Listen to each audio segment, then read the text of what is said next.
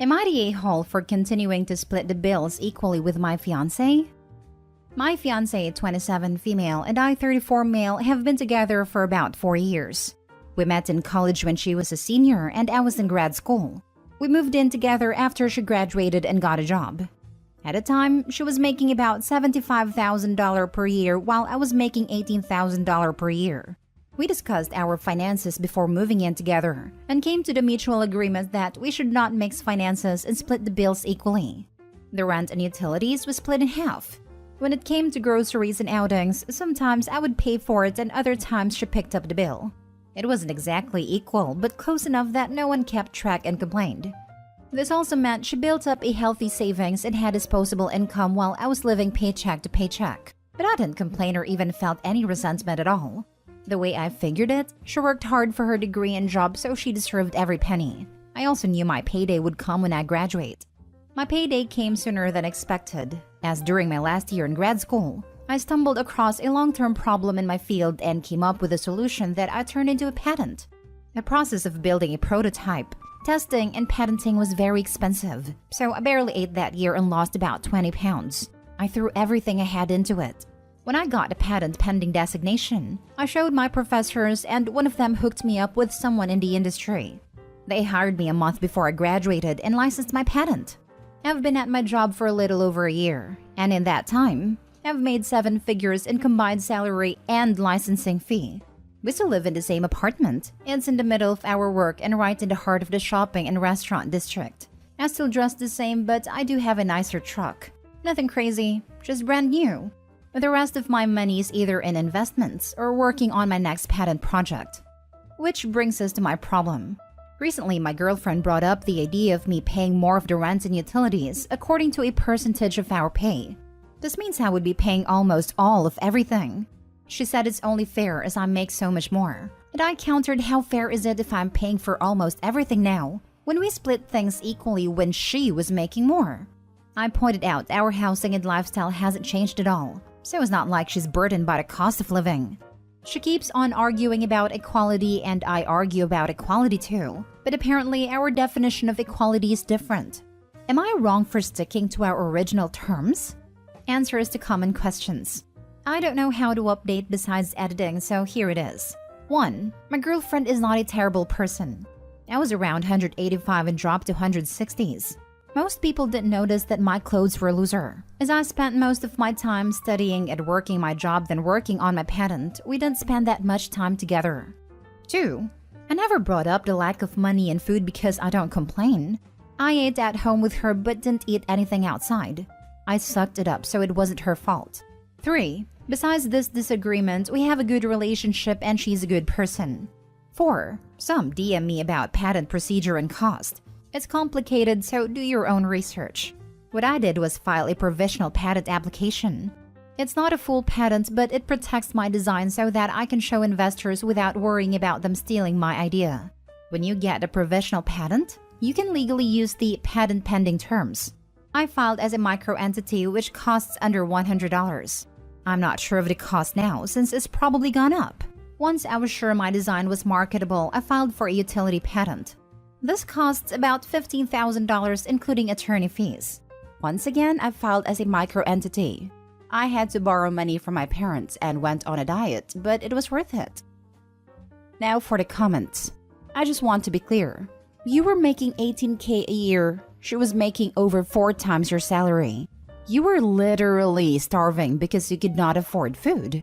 You lost 20 pounds while she focused on her savings and disposable income. This is not a partnership between people who love each other. Relationships change and evolve with time. Keeping finances totally separate while dating is a different matter than doing so as you get married. It's not a matter of constant keeping to an agreement made a decade ago. But caring when your partner is literally starving is a pretty consistent requirement, no matter the stage of your relationship. Not today, Hall, simply because finances are the least of the problem in this relationship. Yeah, definitely this. And now she wants to call unfair. That is just nuts to me. Rules for the not for me. This is going to be a consistent pattern in their relationship moving forward if he capitulates. If they're married, I can understand sharing the burden and running the household, but they should definitely still keep the finances separate. And OP should get a prenup before tying the knot, not the a-hole. Not the a-hole. If nothing has changed in your lifestyle, I don't see why you should pay more. Sounds like before she was thriving, and now you both are, so you should both be enjoying it. Yeah, if OP wanted to move somewhere drastically more expensive because he could afford it, then it would be the time to revisit the agreement. He was able to barely survive on less than a quarter of what she makes, so she is clearly not burdened by the present arrangement. If he could afford that, then she should be able to afford early retirement if they aren't having kids. OP of course could retire next year and be totally fine, but I don't suspect he wants to. Anyway, girlfriend sounds greedy and uncaring. Not the a-hole. Next story. Am I the a-hole for not giving my wife who doesn't work more pocket money? I, male 27, can't help but feel like an a-hole about the situation, and my wife, female 23, has been calling me an a-hole the whole week. Meanwhile, our close family are taking my side and friends are split. I, for one, don't see what I can do. For context, we live in Europe. The issue is the following. My in-laws have the amount of money they give my wife each month, and she wants me to make up the difference out of pocket. For it to make sense, I have to explain our finances. I am a medical resident. My pay is pitiful, frankly. But it doesn't matter because I have real estate properties and make a decent amount of passive income from rent. My wife does not work because she is still in law school and her time is full between that and taking care of our son, 2-year-old. So here's the situation. 20% of my income goes straight into our savings. This I will not budge on, come hell or high water. About 40 to 60% goes into household expenses. This includes the nanny/housekeeper, food, gas, electricity, and my wife's school expenses. The percentage varies each month, of course, but lately, due to the war, all these expenses have risen, so it's always on the higher side. The rest of the money is split between my wife and I, but not evenly, and here is why. Before we even got married, my wife had an agreement with her parents that as long as she stayed in law school and kept her grades high, she would receive minimum wage from them, so she didn't have to work and could focus on school. When we got married, I promised to give her half of what her parents gave her each month. This way, our monthly pocket change would be roughly the same. This agreement has worked for the past 4 years. Unfortunately, this midterms her grades dropped. They're not terrible, mind you, but her parents have high standards, so until she can get her grades back up in February, they said they'd have her monthly pay. I kept the amount I give her the same. Essentially, she receives minimum wage now. My wife has asked me to increase how much I give her to make up the difference. I refused, and I still refuse, because my income didn't magically increase in a month. I pointed out that she had an agreement with her parents and me, that her decrease in her money is a result of her actions. I upheld my side of the bargain and told her she will just have to deal with a little less personal money for a couple of months until she can get her grades back up. I'm 100% certain she can do this. She maintained this isn't fair and that as her husband, I should take care of her. She said I could just lower how much I keep to myself or raise the rent since I already rent under the market price. I told her I am not raising rent and leaving people homeless in these uncertain times, and that if I give her more from my own side, I'd almost have nothing left for myself each month. I really wish I could give her more. I do, but I can't magically make more money, and I think I deserve a little for myself as well. In my opinion, her receiving minimum wage without working is enough. So am I the a-hole? Not the a-hole. I felt bad until I read nanny and your wife's school expenses. Frankly, she's an adult, and she's lucky her parents and you are giving her anything. There are people out there studying, looking after children and still have to work. What does your wife need the money for if you're paying for everything else? Right? As soon as I read the title, I was ready to call him an A. The more I read, the more I was surprised by the entitlement of the wife. She basically gets a decent income only to stay in school. Most students don't. Also, please don't say that she gets the income to be a stay-at-home mom because her toddler is only 2. It is clear that she got this income even when she was childless. Moreover, she has a nanny/housekeeper. Also, her reasoning is that you're her husband so you should pay her? And the fact she wanted to raise the rent to people that do work and are likely less wealthy. Sure, it's not easy studying and taking care of a child, but she has all the means to succeed. My mom graduated law school with 2 kids. A job, no housekeeper/nanny, and the highest grade possible. Obviously, not a hole. She is, just for even thinking that. I felt bad for the wife's full plate, until you said nanny? And housekeeper. I don't disagree with not a hole. However, Opie didn't state how often the housekeeper comes. At their income, I don't think daily housekeeping is an option, so the wife likely has to clean most days. He pays for rent, electricity, gas, food, nanny, housekeeper, and his wife's school expenses, and then gives her half the rate of minimum wage. Why should she get more of his own spending money than him if he's also paying for everything? If she has to do laundry and clean up a little clutter and get an allowance, she's getting an amazing deal. Next story. Am I the a-hole for not giving my sister 50% of my small business? I started a small business in July 2020, and about 8 months in, I hired my older sister to do some administrative work for me. She had recently had a baby and was not planning on returning to work but still needed a little money. So she asked if there was anything she could do to help the business, and I said yes. Her responsibilities included answering some emails, organizing existing spreadsheets, and reaching out to other business, which was her background, though none of the reaching out led anywhere. She clocked about 5 to 8 hours of work per week, and I paid her $25 per hour.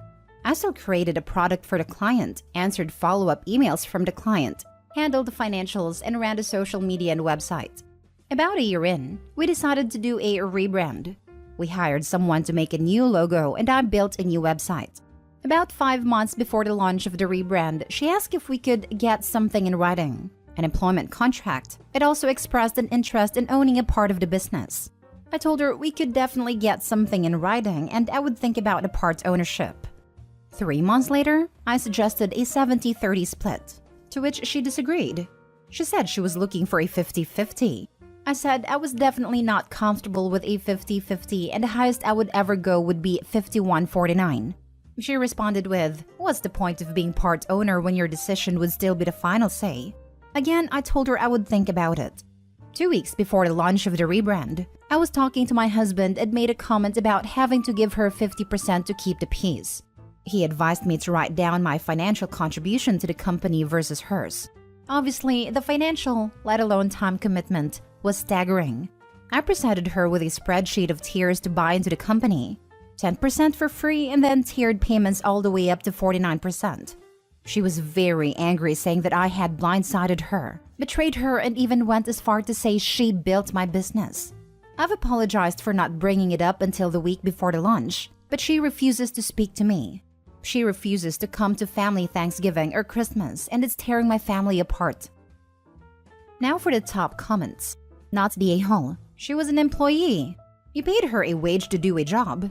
You have the financial interest in the company. If she hasn't invested her own money, why does she think she's entitled to any form of ownership interest?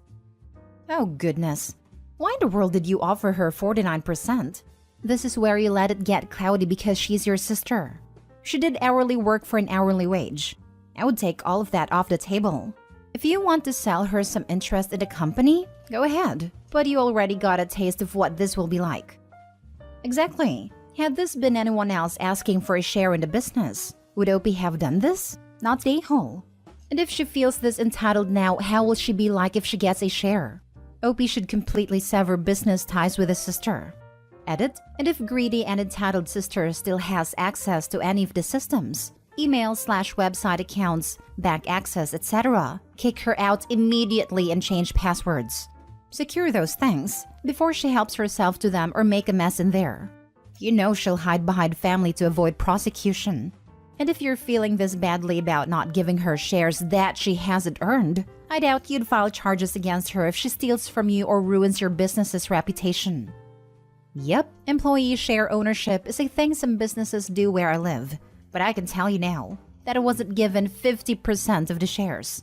I purchased my shares in the same scheme every other employee can use, and it was a lot less than 50% of the shares just for turning up as just an employee, not an owner or investor.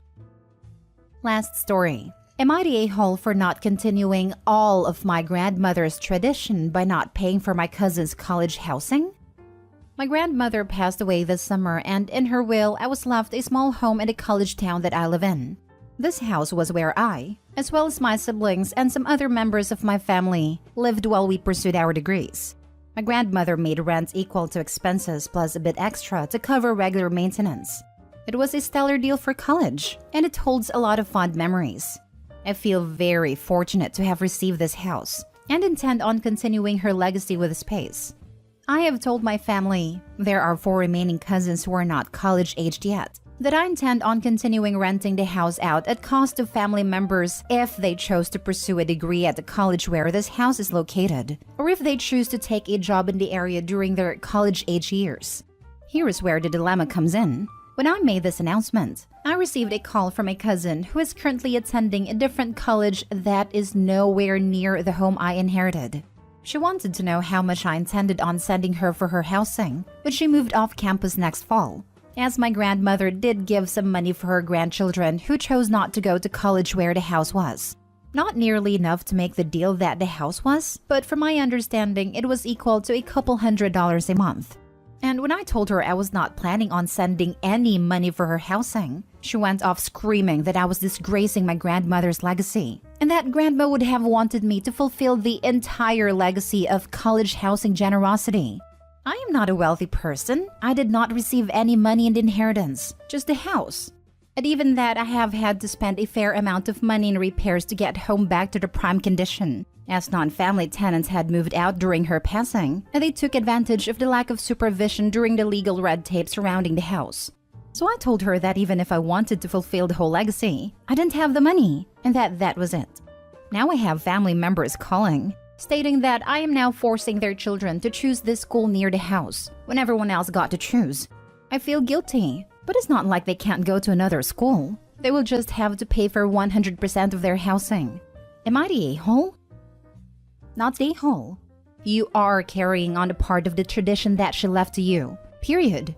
If your grandmother wanted you to send your cousins money, she needed to leave you a bank account of money with which to do it. After the repairs are paid off, if you are actually making money off the house, you can revisit using that money to restart that other part. But that's clearly not happening right now. Presumably, she did leave money split up between many people, but it's harder to convince a group of people to pay a little bit than to use group pressure to harass one person into paying for it all.